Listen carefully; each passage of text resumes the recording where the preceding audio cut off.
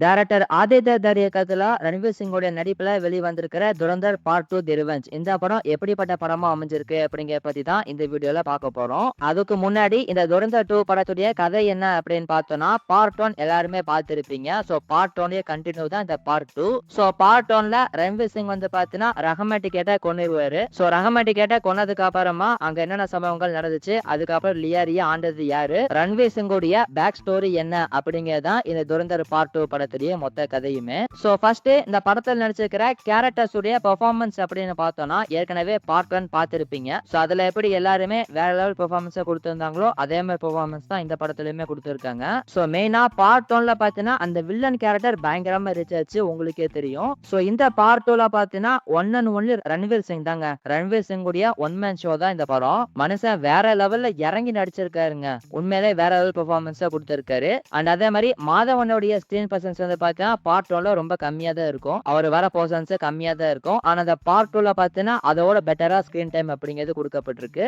And அடுத்து சஞ்சய் தத்தை எடுத்துக்கிட்டோம் அப்படின்னா அவரோட கேரக்டரை இன்னும் கொஞ்சம் இம்ப்ரூவ் பண்ணிருக்கலாமோ அப்படிங்கிற மாதிரி தோணுச்சு. கொஞ்சம் அவரோட கேரக்டரை பாத்தீங்கன்னா சப்பையா முடிச்ச மாதிரி தெரிஞ்சது. சோ எல்லாருமே பாத்தீங்கன்னா அவங்களுக்கு கொடுக்கப்பட்ட கேரக்டரை சூப்பரா பெர்ஃபார்ம் பண்ணி கொடுத்திருக்காங்க அப்படின்னு சொல்லலாங்க. அண்ட் அடுத்து இந்த படத்துடைய பிளஸ் எல்லாம் என்ன அப்படின்னு பார்த்தோம்னா, ஃபர்ஸ்ட் பிளஸ் இந்த படத்துடைய ரைட்டிங் தாங்க. சோ பார்ட் 1 பாத்தீங்கன்னா 3.5 மணி நேரம் கிட்ட ஒரு பெரிய படமா தான் வந்திருக்கும். ஆனா இந்த பார்ட் 2 பாத்தீங்கன்னா எல்லாத்தையும் தாண்டி புனிதமானது அப்படிங்கிற மாதிரி 3 மணி நேரம் 50 நிமிஷம் படத்துடைய டியூரேஷன். இந்த டியூரேஷனை பார்க்கும்போது என்னடா இவ்வளவு பெரிய டியூரேஷன் எடுத்து வச்சிருக்கீங்க, படம் தேருமா அப்படிங்கிற மாதிரி தான் தோணுச்சு. ஆனா ஃபுல் அண்ட் ஃபுல் படத்தை பார்த்து முடிக்கும் போது படம் போனதே தெரியலையே அந்த மாதிரி தான் இருந்தது. அந்த அளவுக்கு படத்துல ரைட்டிங் வந்து பாத்தீங்கன்னா சூப்பரா இருந்தது. சோ அதனால இந்த படத்துடைய மிகப்பெரிய பிளஸ் படத்துடைய ரைட்டிங் தாங்க இருக்கு. அண்ட் அதே மாதிரி பாத்தீங்கன்னா படத்துல இந்த போர் அடிக்கிறது, லேக் அடிக்கிறது இந்த மாதிரிலாம் பெருசா இருக்காது. சோ அது வந்து படத்துக்கு மிகப்பெரிய பிளஸ் அமைஞ்சிருக்கு அப்படின்னு சொல்லலாங்க. அண்ட் அடுத்த பிளஸ் வந்து பாத்தீங்கன்னா இந்த படத்துடைய ஆர்ட் ஒர்க். இந்த ஆர்ட் ஒர்க் வந்து பாத்தீங்கன்னா இந்த படத்துடைய ஒன் ஆஃப் த பில்லர் அப்படின்னு சொல்லலாம். அந்த அளவுக்கு சூப்பரான ஒர்க் அப்படிங்கறத பண்ணிருக்காங்க. அண்ட் அடுத்த பிளஸ் வந்து பாத்தீங்கன்னா இந்த படத்துடைய ஸ்டோரியை முடிச்ச விதம் ரொம்பவே சூப்பரா இருந்தது. அதாவது படத்துடைய கதையை ஹீரோ வந்துட்டு பாகிஸ்தான்ல போய் எப்படி இந்த தீவிரவாதிகளை அழிச்சிட்டு வந்தாரு அப்படிங்கிற மாதிரி ஸ்டார்ட் பண்ணாங்க. சோ அதை முடிக்கிறது விதம் பாத்தீங்கன்னா ரொம்ப சூப்பரா முடிச்சிருக்காங்க அப்படின்னு சொல்லலாங்க. சோ ஹீரோ எப்படி இந்த மிஷினை முடிச்சுட்டு சேஃபா வீட்டுக்கு வந்தாரு, சோ அங்க இருந்த ப்ராப்ளத்துல ஹீரோ வந்து எப்படி சால்வ் பண்ணாரு அப்படிங்கறத சூப்பரா பாத்தீங்கன்னா முடிச்சிருந்தாங்க. சோ அந்த வகையில இந்த படத்துடைய கதையை முடிச்ச விதம் ரொம்பவே சூப்பரா இருந்ததுங்க.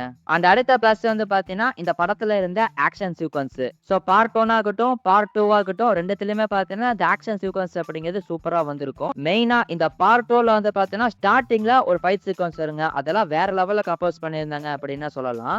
அந்த அடுத்த பிளஸ் வந்து பாத்தீங்கன்னா இந்த படத்துல ரன்வீர் சிங் உடைய ஆக்டிங். ஹம்சாவா அவரோட பெர்ஃபார்மன்ஸ் எந்த அளவுக்கு இருந்ததோ அதே மாதிரி தஸ்கிராத்தா அவரோட பெர்ஃபார்மன்ஸ் வேற லெவல் இருந்துச்சு அப்படின்னு சொல்லலாங்க. சோ இந்த தஸ்கிராத்தோட போர்ஷன் வந்து பார்த்தா படத்துல கொஞ்சமா தான் வரும். ஆனா அது கொஞ்சமா வர போர்ஷனை தரமா பண்ணியிருந்தாங்க அப்படின்னு சொல்லலாம். அந்த அடுத்து இந்த துரந்தர் பார்ட் 2 படத்துடைய மைனஸ்லாம் என்ன அப்படின்னு பார்த்தோம்னா, இந்த படத்துடைய மியூசிக் ஒர்க் வந்து நிறைய இடங்கள்ல சூப்பரா இருந்தது. ஆனா ஒரு சில போர்ஷன்ஸ்ல பார்த்தா கொஞ்சம் ஒஸ்டா இருந்த மாதிரி தான் தோணுச்சு. இன்னும் கொஞ்சம் பெட்டரா பண்ணிருக்கலாமோ அப்படிங்கிற மாதிரி தான் தோணுச்சு. அண்ட் அடுத்து பாத்தீங்கன்னா படத்துல ஒரு சில கான்ட்ரவர்சியான விஷயங்கள்லாம் எடுத்திருக்காங்க, அது கொஞ்சம் கம்மி பண்ணிருக்கலாமோ அப்படிங்கிற மாதிரி தோணுச்சு. அது என்ன ஏதுங்கிறத நீங்க படம் பார்த்து தெரிஞ்சுக்கோங்க. சோ ஓவரால் இந்த படம் எப்படி ப்ரோ இருக்கு அப்படின்னு கேட்டீங்கன்னா, இந்த படத்துடைய பார்ட் 1 உங்களுக்கு பிடிச்சிருந்தது அப்படின்னா கண்டிப்பா இந்த பார்ட் 2வும் பிடிக்கும். மெயினா இந்த படத்துல இந்த 4 மணி நேரம் டியூரேஷன் வந்து எப்படி போச்சு அப்படிங்கறதே தெரியல. அந்த அளவுக்கு ஸ்கிரீன் பிளே பார்த்தீங்கன்னா சூப்பரா பண்ணிருக்காங்க. சோ இந்த படத்தை ஃபேமிலியோட எல்லாம் பார்க்க முடியாது, இது ஒரு ஏ சர்டிபிகேட் படம். சோ 18 வயசுக்கு மேல இருக்கிறவங்க தான் இந்த படத்தை பார்க்க முடியும். பார்க்கணும்னு நினைக்கிறவங்க போய் பாருங்க. சோ இந்த துரந்தர் பார்ட் 2 படத்துக்கு என்னோட ரேட்டிங் பார்த்தீங்கன்னா 4.2 அவுட் ஆஃப் 5. நீங்க இந்த படம் பார்த்துட்டீங்களா? அப்படி பார்த்துட்டீங்கன்னா உங்களோட ஒப்பீனியன் என்ன, உங்களோட ரேட்டிங் என்ன அப்படிங்கறத கமெண்ட்ல சொல்லுங்க. அடுத்து இன்னொரு வீடியோல நம்ம பார்க்கலாம்.